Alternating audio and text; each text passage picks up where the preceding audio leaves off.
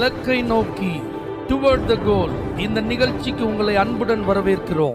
Praise the Lord. ஆண்டவராகிய இயேசுவின் இனிய நாமத்தில் இந்த நல்ல நாளில் உங்கள் எல்லாருக்கும் அன்பின் வாழ்த்துக்கள். 2 சாமுவேல் 23 அதிகாரம் 2 கர்த்தருடைய ஆவியானவர் என்னை கொண்டு பேசினார், அவருடைய வசனம் என்னுடைய நாவில் இருந்தது.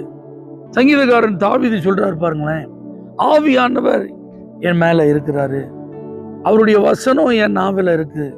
எவ்வளோ ஒரு ஆசீர்வாதமான அனுபவம். ஆசாரியனுடைய உதடுகள் தான் அறிவை காக்க வேண்டும். வேதத்தை அவன் வாயில என்ன செய்வாங்க, தேடுவாங்கன்னு பைபிள் இருக்கு. ஆனா இந்த இடத்துல இவன் ஒரு ராஜா, ஆண்டவரால் அபிஷேகம் பண்ணப்பட்ட ஒரு மனிதன்.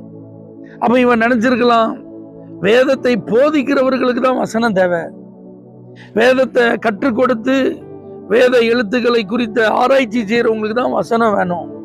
நம்ம ராஜா, நமக்கு தீர்க்கதரிசிகள் இருக்கிறாங்க, நமக்கு உதவி செய்யறதுக்கு ஞான திருஷ்டிக்காரர்கள் இருக்கிறாங்க, நமக்கு சப்போர்ட் பண்றதுக்கு ஆலோசனைக்காரர்கள் இருக்கிறாங்க, நமக்கு உதவியா ஏராளமான பராக்கிரமசாலிகள் இருக்கிறாங்க, ஒரு மிகப்பெரிய இராணுவ சேனையே கூட இருக்கு.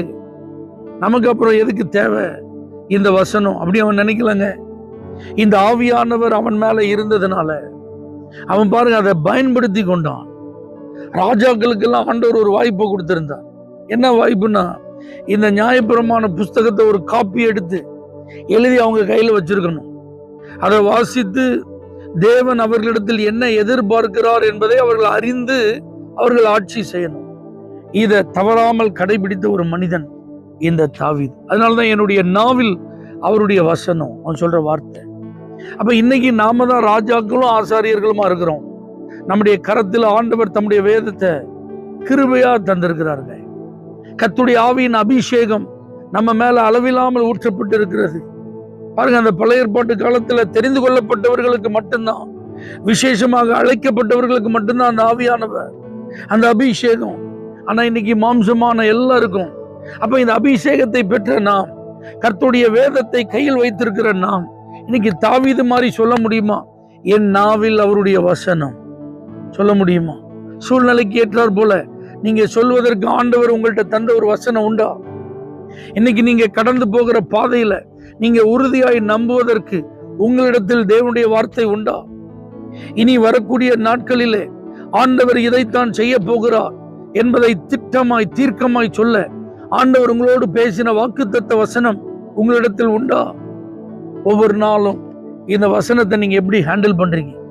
உங்க கையில ஆண்டவர் எழுதி கொடுத்திருக்கிற இந்த வேதத்தை நீங்க எதற்காக பயன்படுத்துகிறீர்கள்? உங்க நாவில் இருந்து வார்த்தையாய் கர்த்தருடைய வசனம் புறப்பட்டு வரணுங்க. அப்படி ஆசைப்படுவோம். இன்னைக்கு தேவனுடைய பிள்ளைகளை நம்முடைய கையில் கர்த்தர் கொடுத்திருக்கிற இந்த வேத எழுத்துக்களை தவறாமல் வாசிப்போம், அதை தியானிப்போம், அதை நம்மால் இயன்றவரை மனப்பாடம் செய்வோம். குறிப்பாக நாம வாசிக்கும் போது ஜெபத்தோடு பரிசுத்த ஆவியின் துணையோடு அந்த வசனங்களை வாசிக்கும் போது கர்த்தர் உணர்த்தும் அந்த வார்த்தைகளை பற்றி கொள்வோம். அந்த வார்த்தைகளை திரும்ப திரும்ப நம்முடைய நாவினால் அறிக்கையிடுவோம். இது நிச்சயமாய் நமக்கு தேவையான ஒரு அனுபவம். இந்த வசனம் நம் நாவில் இருக்க கர்த்தர் அனுக்கிரகம் செய்வாராக.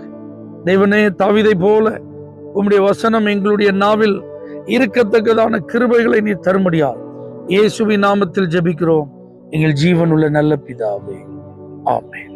For prayer contact Pastor J. J. Kumar, El Shaddai Ministries, 9500252586, Surandai.